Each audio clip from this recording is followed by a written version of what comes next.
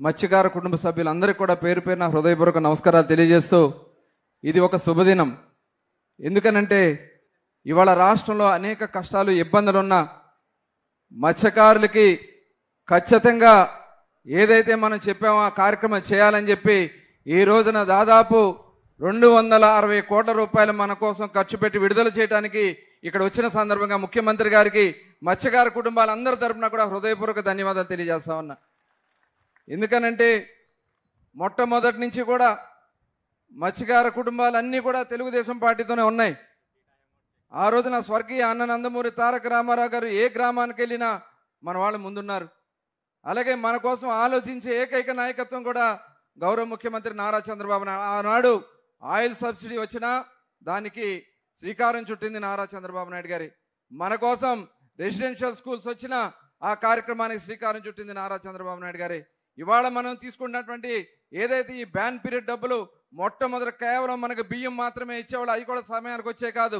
చంద్రబాబు నాయుడు గారు ఆలోచించి 4,000 రూపాయలతో స్టార్ట్ చేసుకున్నాం. గత ప్రభుత్వం 10,000 అని చెప్పి మాయ మాటలు చెప్పి చాలా ఎగ్గొట్టి చాలా మందికి ఏదో ఒక వంక పెట్టి కట్ చేశారు. కానీ ఇవాళ 130,000 మందికి ఇవాళ ఈ తీర ప్రాంతంలో ఉన్నటువంటి మత్స్యకార సోదరులకి ఇవాళ మనం ఈ కార్యక్రమాన్ని అందించడం కూడా జరుగుతోంది.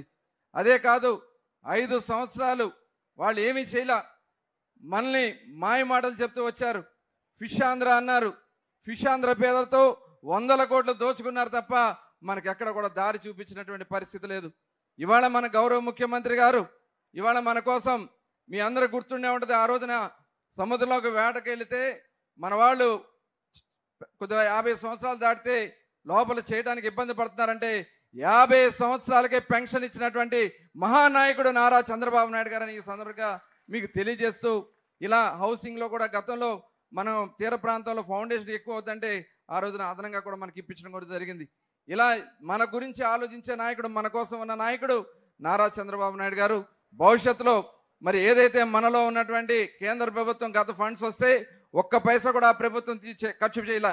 కానీ ఇవాళ మళ్ళీ ఆ స్కీమ్స్ అన్నీ కూడా మరి పునరుద్ధరణ చేయడానికి కార్యక్రమాలు జరుగుతున్నాయి.